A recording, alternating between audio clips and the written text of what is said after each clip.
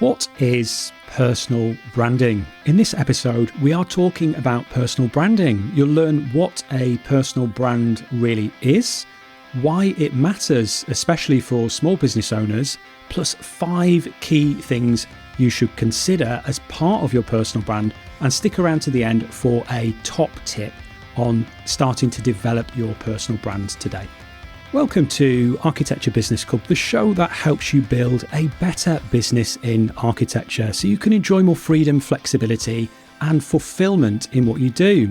If you're joining us for the first time, don't forget to hit the follow or subscribe button so you never miss another episode. We're joined by Christine Gritmon. Christine reconnects solopreneurs, freelancers, and small business owners with their purpose and passions for a more aligned personal brand that's joyful, authentic, and impossible to ignore. She's spoken on stages worldwide and is a frequent expert guest on podcasts, live streams, chats, blog posts, as well as hosting her own podcast, Let's Talk About Brand. To learn more about Christine, head to gritmon.com or click the link in the show notes. We are going to talk about your inside-out approach to personal branding so that you can connect with your audience in a way that's authentic, aligned, and impossible to ignore. I think probably the best place to start, though, is to start with the basics. So what, in your opinion, is a personal brand? I think everybody hears this terminology mentioned a lot these days. People talk about personal brand and personal branding, but what the heck actually is it? Well, one way I like to think of it is it's the version of you that lives in other people's heads. And of course, we want to live in the right people's heads, in the right quadrant of their head, and for the right reasons. And one of the things that I really think is very important when we talk about personal branding is that term personal brand gives a lot of people the ick nowadays. Because they think of someone like the Kardashians or just someone where it's very sort of slick and packaged and trying to sell you something and very fake, very image driven. That really inspired the inside out personal branding framework that we're going to talk about in a little bit. Because the thing is, the fake personal brands, the ones that give personal branding a bad reputation, are the ones that really start from the outside in. They really think about, what am I trying to do here? What am I trying to sell? What do I want people to think? What do people want from me? And then they try to mold themselves to that instead of what I recommend and what I do with my clients, which is to really start from the inside and work your way out so that it is aligned, it is authentic, and it's ultimately going to do you a lot more good. Oh, I love the way that you've explained that. And I mean, you're absolutely right. I think there's a lot of people that when they hear those words and they might think, oh, like this kind of makes me feel like I want to be sick in my mouth. It's just like not great. And as you say, it can conjure up those thoughts of people like the Kardashians, and that is, well, that's not what we're talking about today. Not for sure. At all. Yeah. Okay. So, be reassured that we're not saying that you need to be like the Kardashians or anything. If you are already, then that's okay. That's fine. Because is it? Well, maybe if it's you're the Kardashian of architecture. I'm not saying they're going to be like people that I'm going to pal around with, Christine. But if that's authentically who they are on the inside, then maybe that's okay. I'm not sure that's authentically who anyone is on the inside. Sorry, enough Kardashian bashing. Yeah. We're digressing here. That's probably a conversation for another episode. Okay, so why does personal branding matter so much these days, particularly for solopreneurs and small business owners? Well, there's a few different ways to look at that. One of them is we've all heard the age-old thing about how it takes X many brand exposures before people are interested in buying. And there's no real statistic behind this. I've looked into it. There's no actual study, but people have said it takes 7 touches. People have said nowadays with, social media and so many messages coming our way all the time, it takes 300 touches. There's no actual answer. Sometimes it takes 1 if you're the right person at the right time. But the point is, you're a lot more likely to get someone's business or to want to do business with someone. The more comfortable you feel with them and the more of a sense of them you feel like you've gotten, which requires multiple brand touches to compile. It requires them to add on to each other and to snowball and to create a bigger, fuller picture. And if you're not memorable, then the second time that you meet someone might as well be the first, because those brand touches have not compounded, will not compound. If you're unmemorable each time, it's like the first time, and that's not to your advantage. You're forgettable. You're not building anything. You're not building an impression, but more importantly, you're not building trust. And you're certainly not building interest. So it really is about making sure that you are memorable, which doesn't have to mean being loud. It doesn't have to mean being flashy. It doesn't have to mean being weird. Plenty of mild-mannered people create the right impression at the right time with the right person. So you don't have to be anything that you're not in order to make an impression. In fact, the more genuine you are, the more people really do feel that. And it is more likely to stick with them because you've given them a feeling. You've given them a feeling that you just can't fake. That's interesting. You mentioned there about giving people a feeling that I can't remember who said this, but it was something along the lines of like, people won't remember they won't remember what you said, or but they'll remember how you made them feel. Yep, that's my Angelou. Yeah, well, there you go. And yeah, that was interesting as well that you said that it's like a compound effect that you described. So it is. Yeah. And another thing about a personal brand is that it can go where you cannot. So rooms that you're not in, how do you get those opportunities? How does your name come into those rooms and come up for those opportunities? Well, that's your personal brand at work. And a lot of that is hopefully, if you're occupying space in the right people's heads for the right reasons, your name will come out of their mouths when they are in that room.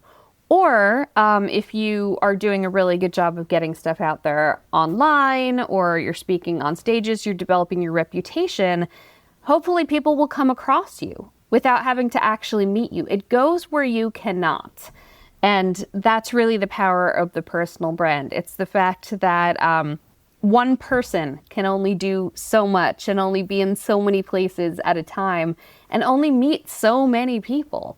And a personal brand can really carry that impression to additional places, enabling you, first of all, to get additional brand touches. Because if you don't have to be there for someone to experience your brand, they can experience it a lot. But also, people who you may not be able to reach otherwise can be reached by your reputation, by your content, by other people talking about you. And that's really the power of it, that it can go where you cannot, and it can multiply your impact. That sounds like some kind of magic when you the way you've described it, like, and it completely makes sense, because I've had that happen to me where there's been opportunities that have come up because I have been in somebody's mind, that they've thought of me. They've gone to an event, they've met somebody else, then they've thought of me. I should introduce this person to John, and it does work. It does work for sure. Mm-hmm. So yeah, very, very powerful. What's one thing you wish more people knew about personal branding?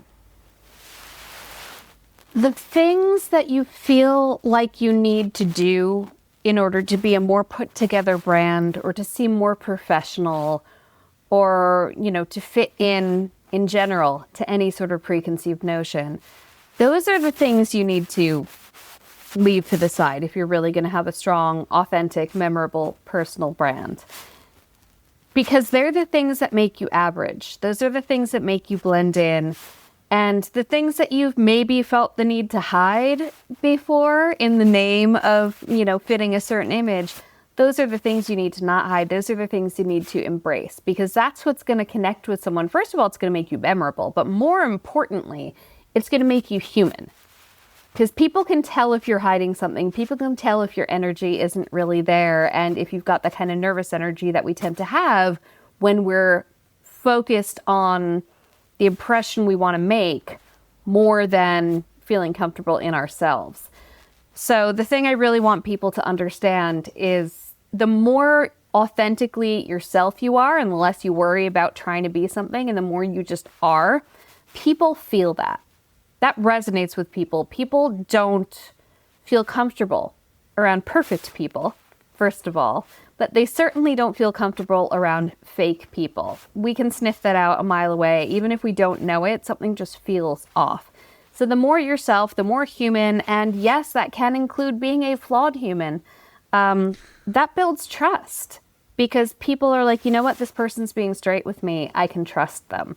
It really goes such a long way. I'm not saying be a hot mess, but the fact is there are miles. There's so much more distance than we think there is between, being messy and being real.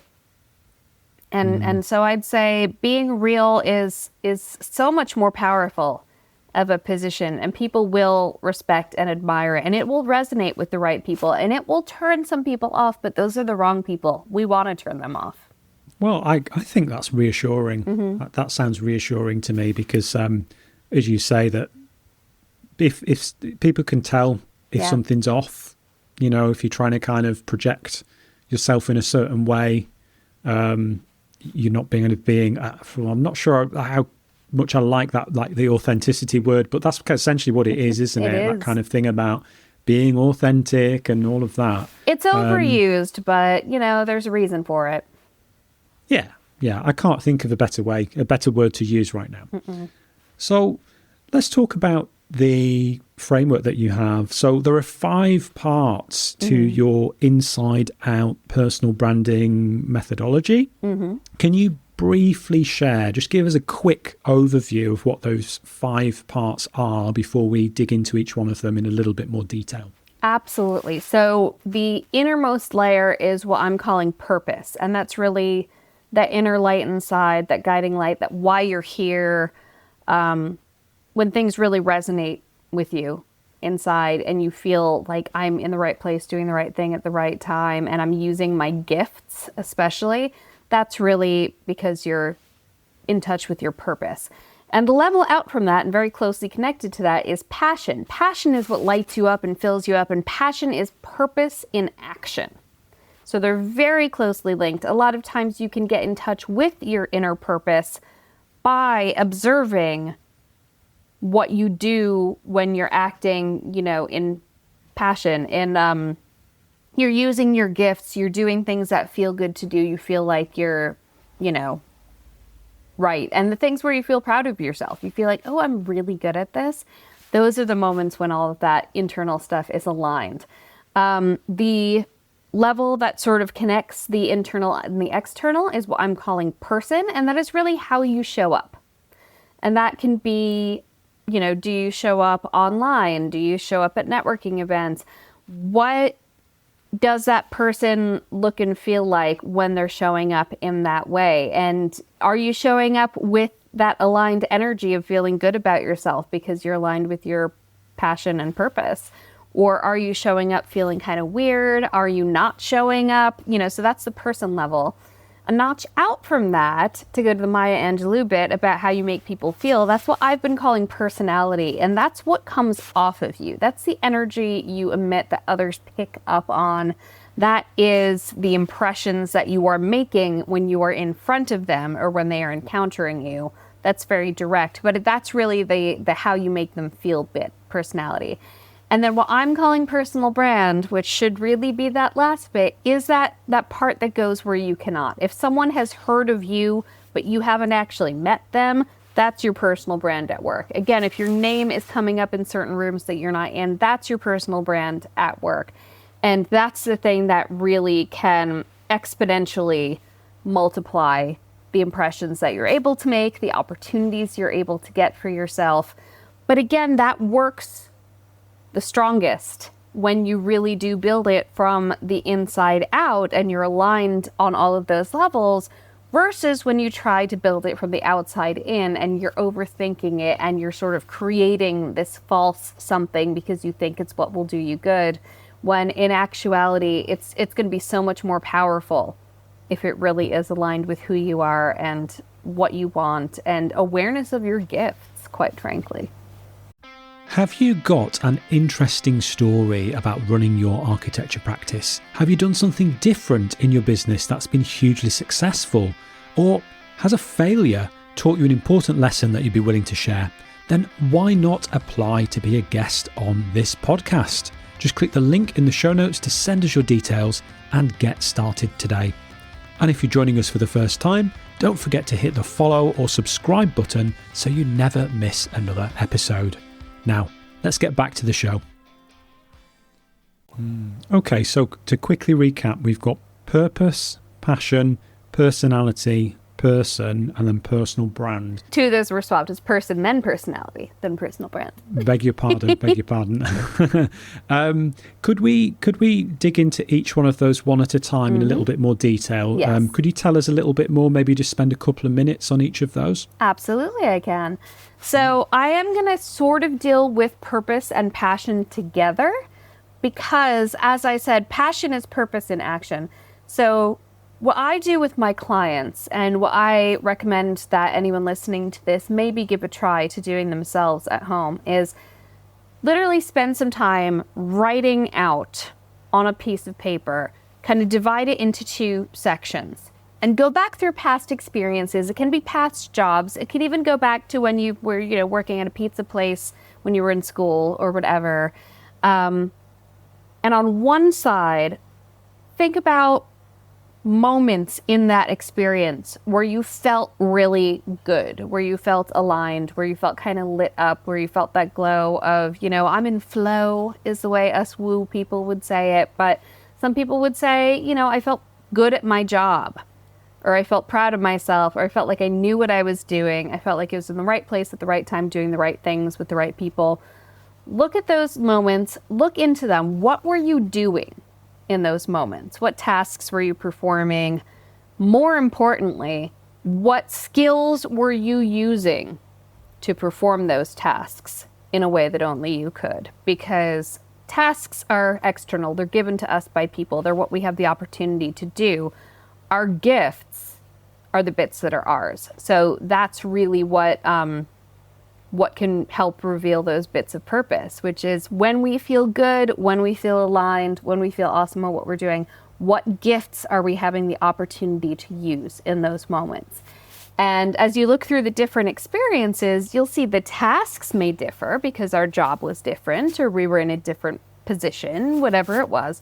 The tasks may be different, but when we dig down into the skills we were using to perform those tasks and the skills we were using in those moments where we felt really good, that's where you really see commonalities and you can draw connections that you might not have otherwise been able to draw because you were performing very different tasks, but the same gift was underneath them. The same skill that you have yourself was underneath both how you performed both of those tasks. So it can be really eye-opening. We all feel like we know our own story, but when you really examine it through a framework like that, you can really draw connections that you might not otherwise have drawn. And then the other side of the other column, think in each of those experiences, those workplaces, those, activities, whatever they were, think about the times when you felt stuck, the times you wanted to quit or maybe even did quit, the times when you said, this just doesn't feel right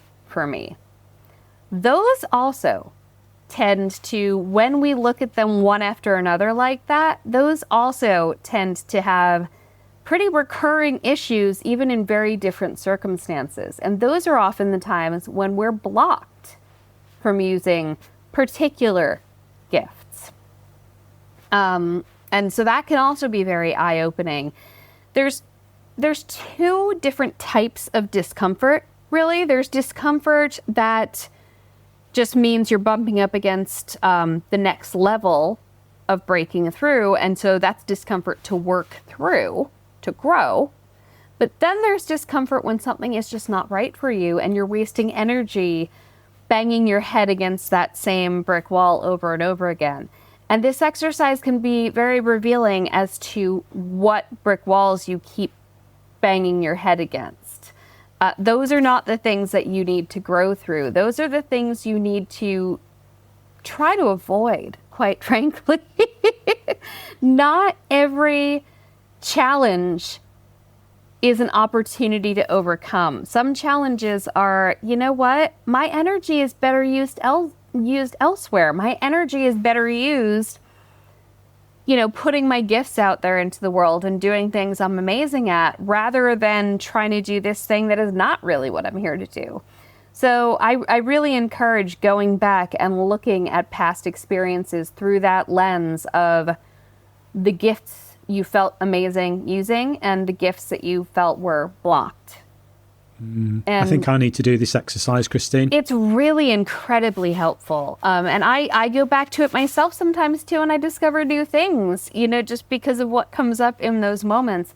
So what that does is that passion is the stuff that you have the opportunity to do and the stuff that you want the opportunity to do. But then purpose is really the gifts you're using to do them and the gifts that feel stifled when you're not getting to use them. So I hope that the line between the two is clear, but the relationship between the two is certainly clear. As I said before, passion is your purpose in action. That's really valuable. What comes next, Christine? Next is person. And person is how you show up. And that's kind of in the moment, how you show up. And I don't mean literally, are you wearing red lipstick? Do you wear glasses? It's not that sort of thing. It's really what's the immediate impression when you're just right in front of somebody. And also, where are you putting yourself? How are you showing? How can people encounter you is really what person is. How can people have the opportunity to encounter you and what you do? Are you showing up to networking events? Are you showing up to conferences? Are you guesting on podcasts? Are you hosting a podcast? Are you writing blogs? Are you writing books? Is it entirely word of mouth? And when it is word of mouth, how can people, get backup information on you? How are you showing up to be visible? How can people encounter you? That's really a lot of what person is. It's about showing up. It's about being able to be found pretty directly. And that is different from the next stage, which is personality, because personality is more the feeling, the impression. So person is how you're able to give that feeling and that impression. Personality is the ultimate thing that sticks with the other person. So person is still with you. Personality is what's inside of them, what comes through, the vibes that you give off.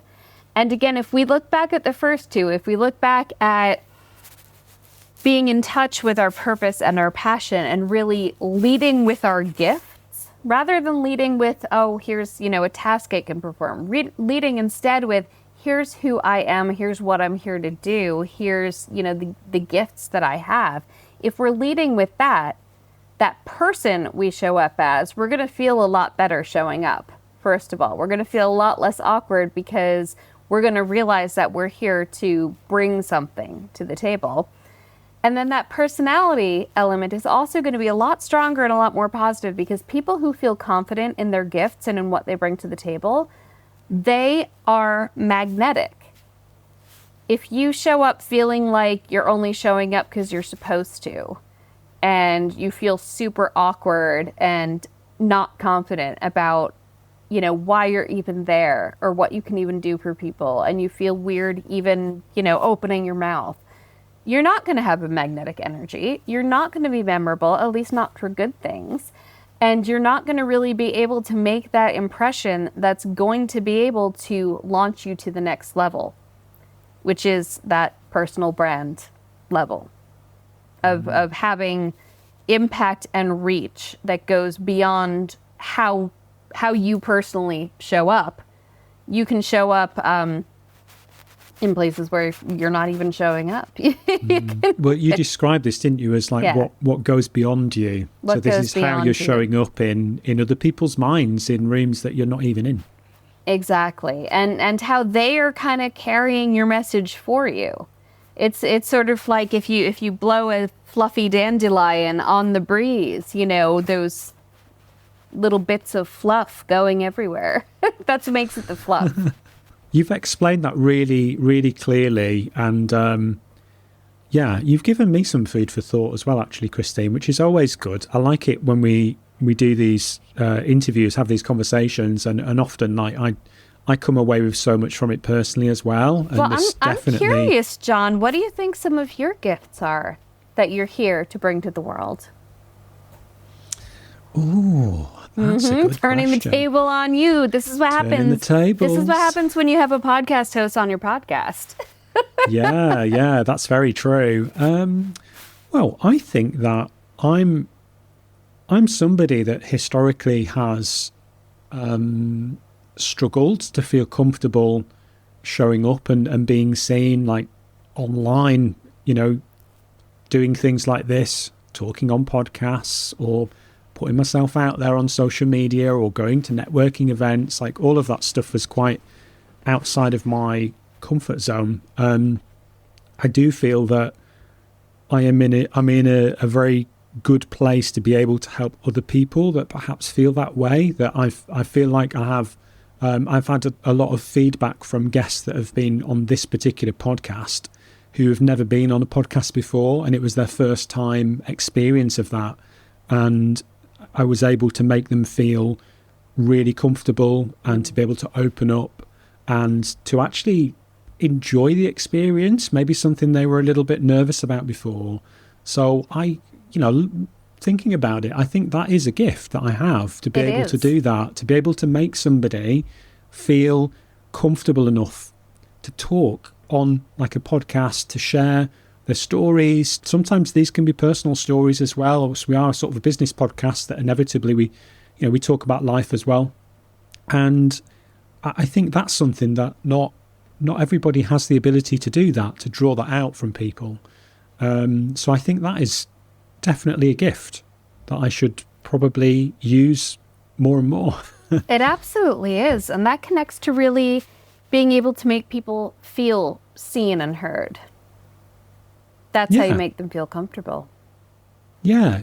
I think developing those, my listening skills, that's been something that I've worked on a lot, to be able to kind of really listen to what people are saying. So people do feel heard and seen and understood. And I think that when you're coming from a place of maybe, I've felt in the past that maybe I've been overlooked in some ways and maybe not felt seen myself, and then found some ways to work around that's something that I'd like to be able to share with other people. So I do, whilst often we have guests on the show like yourself, that you've been on many podcasts and stages around the world, but then equally that's special to get the opportunity for those conversations. But it's equally as special for me to be able to shine the spotlight on somebody that isn't used to putting themselves out there, to be able to help them find their voice too. Yeah. That's hugely important. And I'd like to point out that that's a gift that you could apply to so many different things. Being a podcast host, but also just talking to a human in real life, or working with a client, or any of those things. The ability to make people feel seen and heard can really be such an advantage in so many situations for all parties involved, for you and for them. Thanks for asking the question, Christine. You got me thinking there. I like that. What would you say is one simple thing that we could all do today to just start being a bit more intentional at developing our personal brand? Again, it's about leading with your gifts, not with how you apply them. Because yes, people do need to know what you do for a living. Yes, people do need to know the product or service that they can buy from you. But I think the personal brand bit really needs to be built more around the gifts that you bring to it. Because not only is that your true point of difference, because other people do what you do no matter what it is. The thing that makes you you, and the thing that makes you right for somebody, is that unique gift that you bring to it, that you-ness that you bring to it. So leading with your personal gifts a bit more than just leading with the bare bones, here's what I do. And it also makes for a more flexible personal brand, because you can, if you change careers, if you change tactics, any of that, if you've built your personal brand and your reputation on your gifts, which are transferable, those are things that you can bring to anything that you do, that's going to put you in a really strong position. I first built my personal brand as a journalist.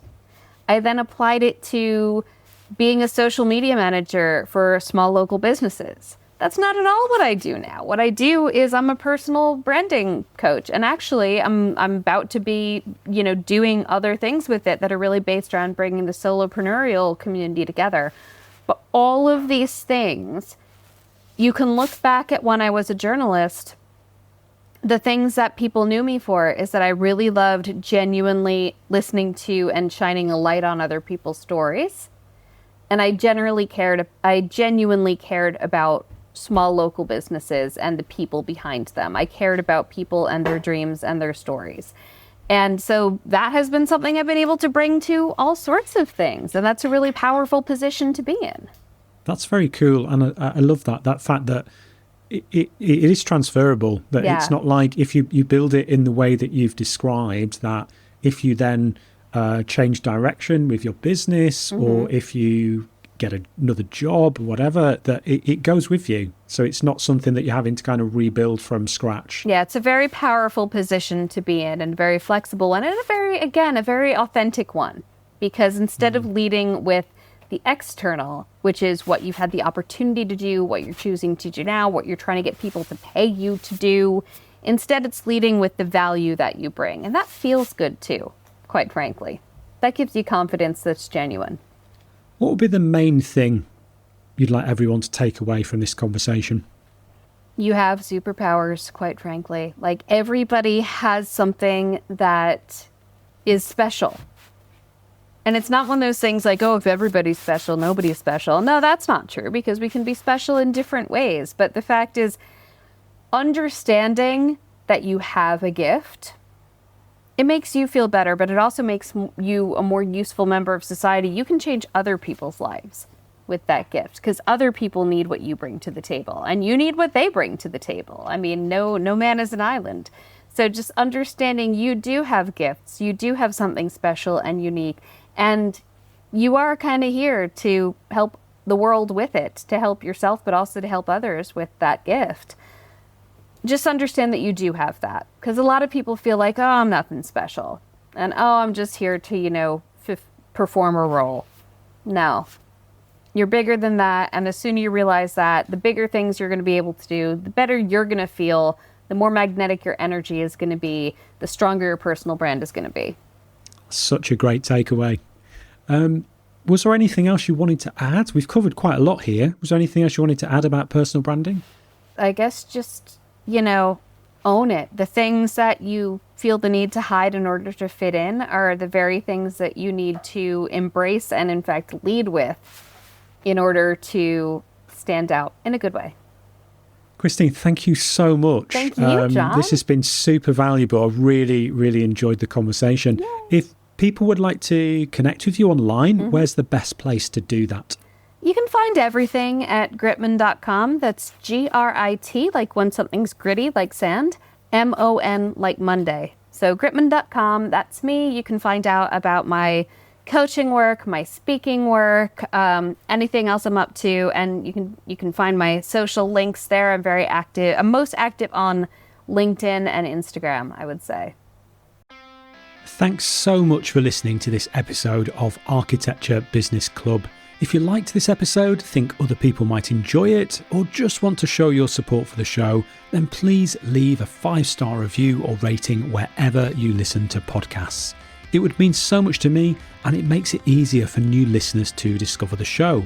And if you haven't done so already, don't forget to hit the follow or subscribe button so you never miss another episode.